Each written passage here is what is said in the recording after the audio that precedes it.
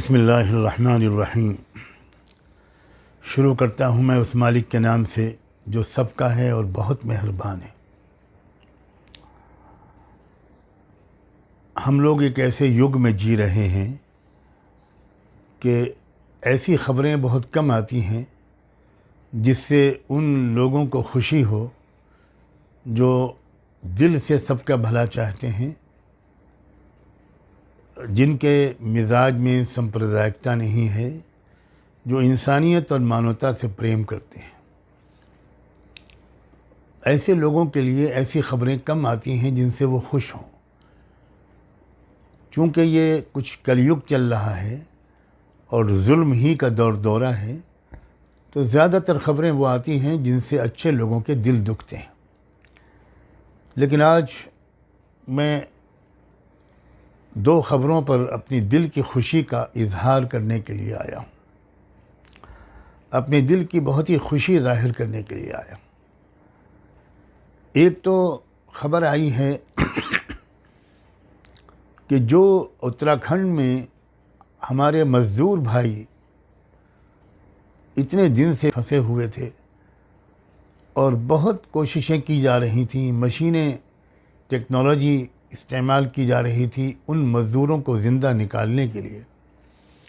यहाँ तक कि अमेरिका से भी एक बहुत भारी मशीनरी मंगवाई गई और वो भी कामयाब नहीं हुई, बल्कि वो मशीनरी टूट गई। उसके बाद बुलाया गया दिल्ली से एक छोटे से ग्रुप को जो रेत माइनिंग का काम करता है। मुन्ना कुरैशी, वकील ख़ान, फ़िरोज़ और भी कुछ नाम हैं हमारे नॉन मुस्लिम भाइयों के। उन पूरे ग्रुप ने आकर यहाँ अपनी जान को ख़तरे में डाला। ये लोग अंदर दाखिल हुए और जाकर थोड़े वक्त के प्रयास के नतीजे में ये सारे हमारे मज़दूर भाई सही सालिम बाहर निकल आए। हर इंसान को और ख़ास तौर पर हर भारतीय नागरिक को इस पर जितनी भी खुशी हो कम है। मैं मुबारकबाद देता हूँ इस पूरे ग्रुप को, इसके एक एक कार्यकर्ता को, इन तमाम लोगों को जिन्होंने ये बहुत बड़ी खिदमत अंजाम दी और इन मज़दूर भाइयों को सही सलामत बाहर निकाला।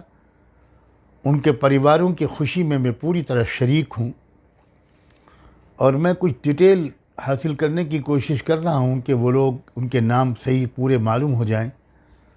तो मैं कोशिश करूँगा कि अपनी एक खुशी के इजहार के तौर पर मैं कुछ इनाम, कुछ उनको, उनके बच्चों की मिठाई के लिए, खुशी के लिए, उनके परिवार की कुछ उनको उपहार, कुछ तोहफ़ा, कुछ गिफ्ट भेजूँ।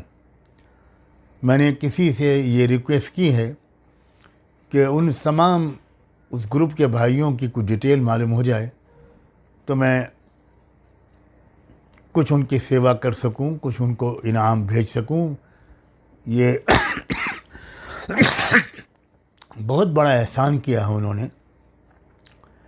किसी एक इंसान की ज़िंदगी बचा लेना कुरान के मुताबिक ये है कि उसने पूरी इंसानियत की ज़िंदगी बचा ली। तो इन लोगों ने पूरे इंसानियत की ज़िंदगी बचाई है, मैं उनको सलाम पेश करता हूँ। दूसरी जो बहुत अच्छी ख़बर आज मिली है, जिससे बहुत ही खुशी है, वो ये कि गुजरात हाई कोर्ट का एक जजमेंट आया है, शायद वो कल ही आया है, जिसमें कोई PIL दाखिल की गई थी कि मस्जिदों में लाउड स्पीकर पर अज़ान पर पाबंदी लगा दी जाए। तो चीफ़ जस्टिस की बेंच ने उस मुकदमे को सुना और उसको डिसमिस किया और ये कमेंट्स पास करके डिसमिस किया कि आपको अज़ान के ज़रिए से नॉइज़ पोल्यूशन बहुत नज़र आता है, लेकिन जो मुख्तलिफ़ पूजाओं और त्योहारों के मौके पर जो DJ बजता है, जो नाच गाने होते हैं सड़कों पर, जो मंदिरों से बहुत भारी आवाज़ में, उस पर आपको कोई नॉइज़ पोल्यूशन नज़र नहीं आता।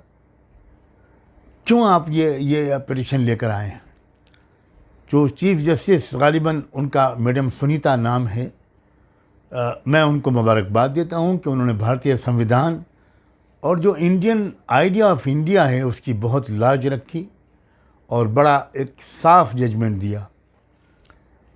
हमारे मुल्क में जो हालात हैं उसमें एक जुडिशरी ही शायद एक आखिरी उम्मीद बची है और हर भारतीय नागरिक का ये फ़र्ज़ है कि जब जुडिशरी अपना फ़र्ज़ अदा करे तो हम उसको एक्नॉलेज करें, उसका शुक्रिया अदा करें। मैं दिल की गहराइयों से गुजरात हाई कोर्ट को और अपनी पूरी जुडिशरी को बहुत मुबारकबाद देता हूँ कि उन्होंने एक नॉन इशू को इशू नहीं बनने दिया।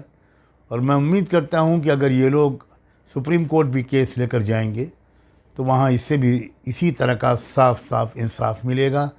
हमारे मुल्क को इंसाफ की ज़रूरत है। हमारे मुल्क को कुछ लोग जो देश के दुश्मन हैं वो पता नहीं शायद सिविल वॉर की तरफ मुल्क को धकेलना चाह रहे हैं। वो ऐसे लोग, उनको पहचान लेना चाहिए, ये लोग मुल्क के दुश्मन हैं। मैं एक बार फिर गुजरात हाई कोर्ट को और जो भी बेंच जिस बेंच ने इस केस की हेयरिंग की है और ये जजमेंट सुनाया है उन सब को अपने दिल की गहराइयों से इंडिया की तरफ से मुबारकबाद पेश करता हूँ।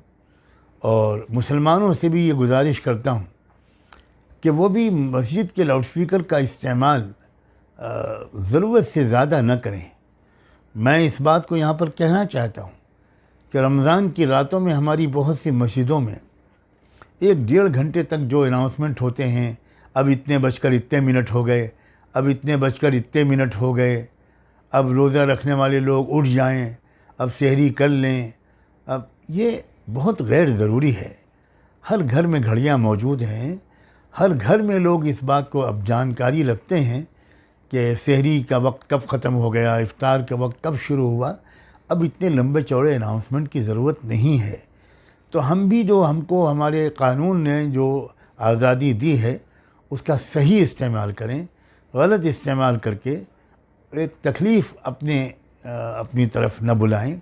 हम इंसाफ से काम लें। मैं चाहता हूं कि मुसलमान भी अपने रवैये को ज़रा बेहतर बनाएं। मैं उम्मीद करता हूं कि मेरा पैगाम साफ आप सब तक पहुंच गया होगा।